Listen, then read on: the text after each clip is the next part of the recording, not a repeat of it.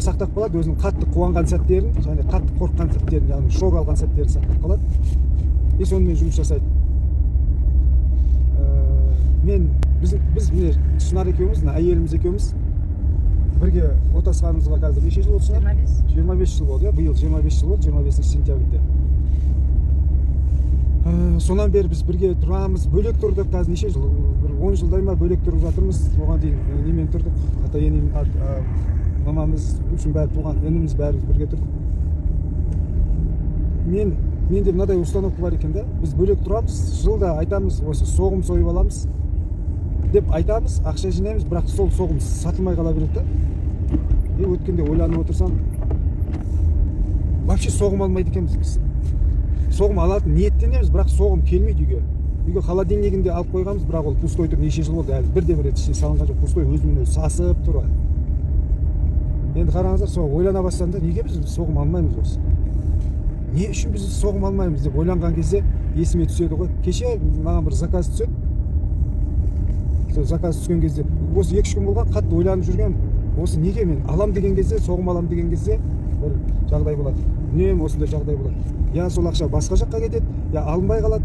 Кеше осы бір жұма бұрын үйіңе әкеп берем деп фотосын түсіріп, роликке түсіріп, қалаған жеріңді ал.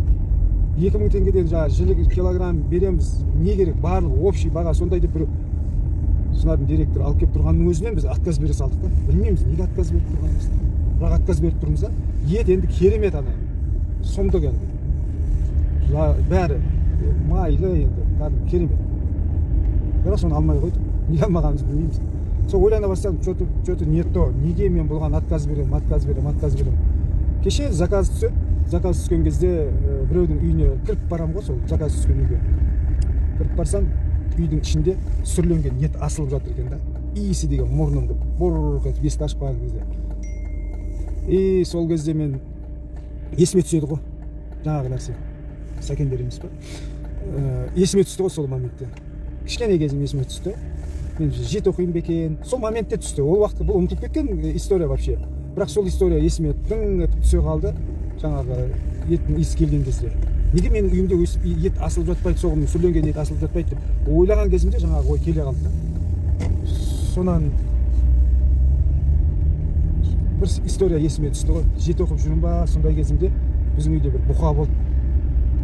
Сол бұқаны мен сол жемдеп сөйтіп жүретім. Бір күні мен бір жаққа кетіп қалдым. Келсем, мен бұқама таңба басып тастапты үйдегілер. Нағашыларым бәрі С деген таңба басып қойыпты да. Ана енді тереңге басып кеткен екен да, ана несі. Жамбасына басқан кезде ана қатты қыздырып, қатты басып жіберген ғой. Қиналып жатыр екен жаңағы бұқа. Қатты қиналып тұр екен. Соны анаған деген аяушылығым қатты артқан сонша жылап жүріп ананы мен неғылам ғой, емдеймін ғой. Неше ай кетеді. Өріске өзін әрең сөйлетіп барады, әрең сөйлетіп келеді. Келген бойдан ана дұсты деген болады, нелерді неғылады. Осы жерден кіреміз ғой, әңгіме айтып жатып, басқа ана история есіме түсіп, мен вообще сол жерде отырмын да уже. Жаңағы неғылады, әрең үйге келеді, жаңағы несін жағам, емдеймін ананы. Аяйым бір жағынан. Сол әйтеуір бір ай ма, 2 ай ма жүріп, әрең дегенде аяғынан тұрып, сол енді ол көктемде болған нәрсе, жаңағы көктемде шыбын шықпай тұрып салды, бәрі ол іріңдеп, құрттап, әйтеуір әрең дегенде жаздай жазылып, көктемде, күзде уже семірді да жаңағы не. И мен папамның қарызы бар тұғын. Бір кісіге қарыз болып қалды. Ар жағынан кіреміз ба, әлде мына көшеге тұра саламыз ба? Сонан күз болады ғой. Күз болған кезде жаңағыны көзімше мауыздап сатады ғой.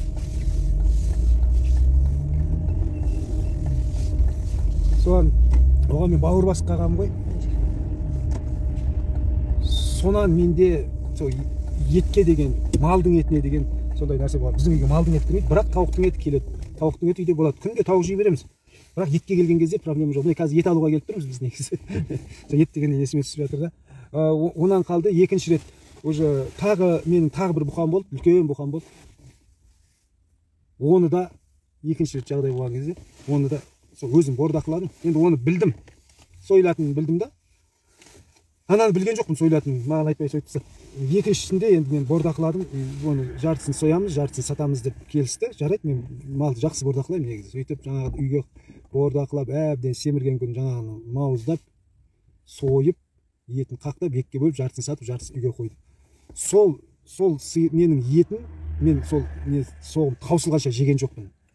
Ет асылса қамырын жеймін, былай вермишель, палау істесе тек ана күрішімен несін ғана жеймін. Сонан менде етке деген сондай не қылған болғандай болды. Сол кезде есіме түсті сол моменттер. Мен еттен қашатыным сол екен ғой. Менде ана не қалып қойған екен ғой. Шок болған ғой, шок. Сол сияқты адамның миы бір шок алған, қуанған бір жағдайлары болса, соны сразу фиксировать етеді, соны или сені сонан қорғайды, или соған сені итермелейді деп тұрады екеуінің біреуі. Жақсы, біз қазір мына жерде бір досымыздың магазині бар, соны ет алуға келдік. Кездескенше.